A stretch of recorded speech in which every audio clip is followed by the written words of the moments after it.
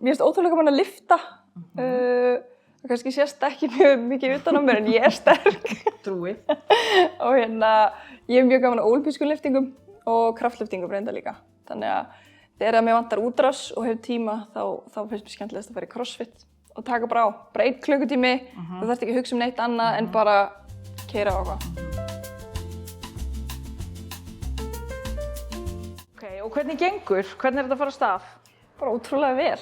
Það bara allt á fullu og við erum bara fullt að hitta fólk og taka samtalið og fullt af opnum fundum í gangi sem alltaf mjög skemmtilegt.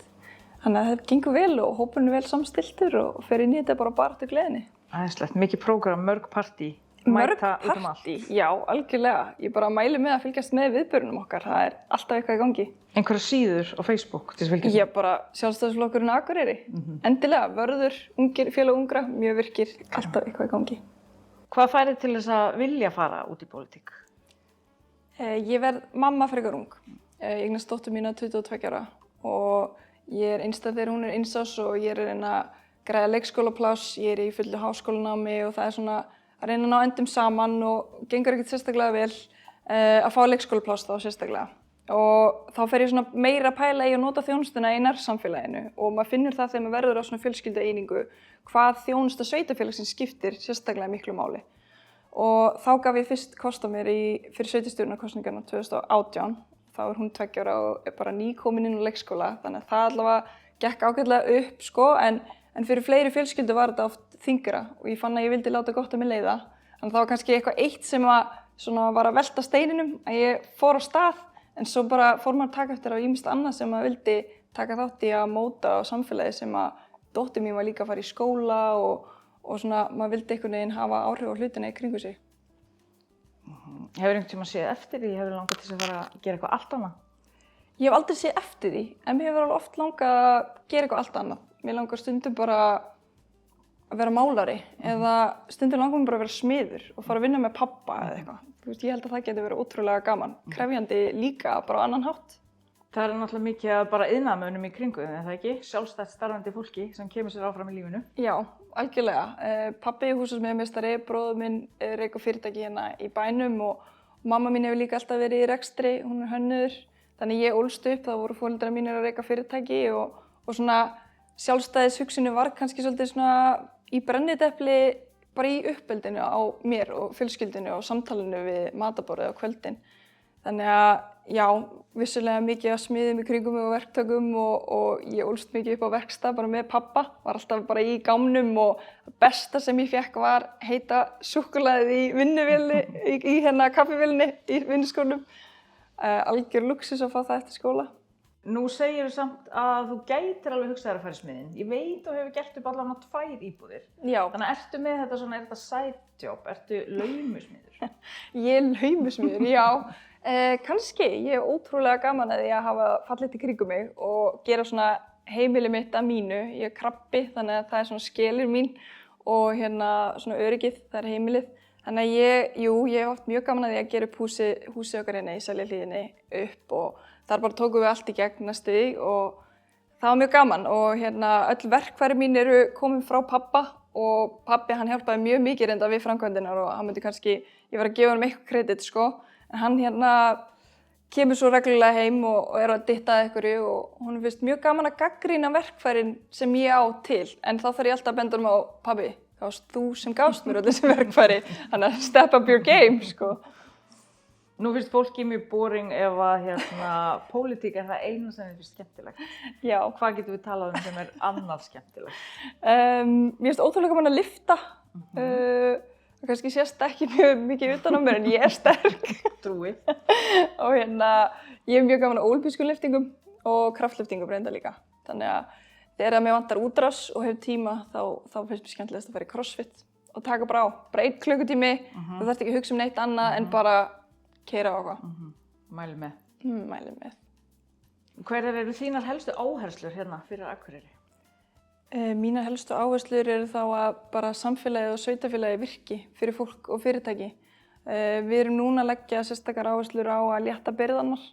Við viljum halda áfram að lækka skatta, lækka fasteignagjöldin þá á íbúðir og á fyrirtæki til þess einmitt að laða að fleira fólk og fá fleiri íbúa í þessi nýju glæsilegu hverfi sem að rísa og fá fleiri fyrirtæki hérna á svæðið til þess að styrkja tekjugrunna sveitarfélagsins svo við getum haldið áfram að veita framúrskarandi þjónustu. Af því að við trúum því að með öflugu atvinnulífi þá styrkjum við velferðina með því. Hvetja fólk til þess að vera duglegt áfram? Já, algjörlega. Ég trúi því að fólk sé bara hver sinna eigin gefismiður og við þurfum bara að undirbúa jarðveginn fyrir fólk til þess að grípa tækifærin. Það er bara það sem svona okkar gildi snúast svolítið að bara treysta fólki til að taka sínar eigin ákvarðanir sitt eigið líf. Og við þurfum þá bara að skapa þar aðstæður að hér séu góðir skólar sem veita öfluga menntun og hérna séu atvinnutækifæri fyrir ungt fólk til að sækja í sem að skiptir miklu máli að því við erum með svo flottu menntastofnanir, bæði 2 framhaldsskóla og háskóla og þannig að fólk ætti að sjá hag sinn í því að vilja vera hér áfram en þá verðum við að hafa fjölbreytt atvinnutækifæri og betur launuð störf. Bara gríðarlega mikilvægt við höldum áfram að byggja upp. Og hvernig samfélag er það sem þú vilt búa í? Samfélag er það sem að bara hver og einn hefur sína rödd, hver og einn hefur tækifæri til að skara fram úr, að þeim séu veitt svigrúm til þess að blómstra, vaxa og dafna, að atvinnulífi hérna það vilji stækka, að gjöldum sé ekki í haga þannig að við séum að kaffara, heldur við séum frekar að veita súrefni. Og núna þegar efnahagsástandið er eins og það er, þá erum við að leita leiða til þess að skoða hvort við getum lækkað gjaldskrár eða komið til móts við heimilin og fyrirtækin. Svo einmitt að við vöxum upp úr ástandinu í staðið þess að við einhvern veginn letjum alla til þess að gera í rauninni ekki neitt og við höldum þá bara áfram status quo. Hvetja unga fólki áfram? Algjörlega. Algjörlega, unga fólki í framtíðin og þar þurfum við að setja fókusinn á að veita einmitt hérna góða þjónustu fyrir unga barnafjölskyldur og ég held að fólk oft þegar við erum að tala um að setja atvinnustefnu þá þurfum við líka að horfa kannski aðeins víðar heldur en að horfa bara á að við viljum vera með auðvitað skýra gjaldskrár og lága skatta en þá verðum við líka að umhverfi bæjarins eins og bara aðgengi að leikskólaplássi, framúrskarandi menntun, húsnæðismálin eru auðvitað mjög mikilvæg að fólk finni fyrir öryggi á húsnæðismarkaði hérna skiptir máli til þess að fólk komi og festi rætur og verði hér.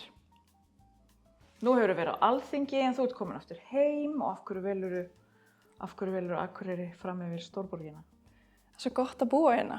Hérna er líka bara öll fjölskyldan og hérna er stutt á milli fólks, hérna er stutt í alla þjónustu, lífsgæðinu þetta vera ekki fastur í traffíkinni í Reykjavík eru mikil. Þannig ég gæti ekki hugsað mér annað en að koma aftur heim og ala upp börnin mín hér heima.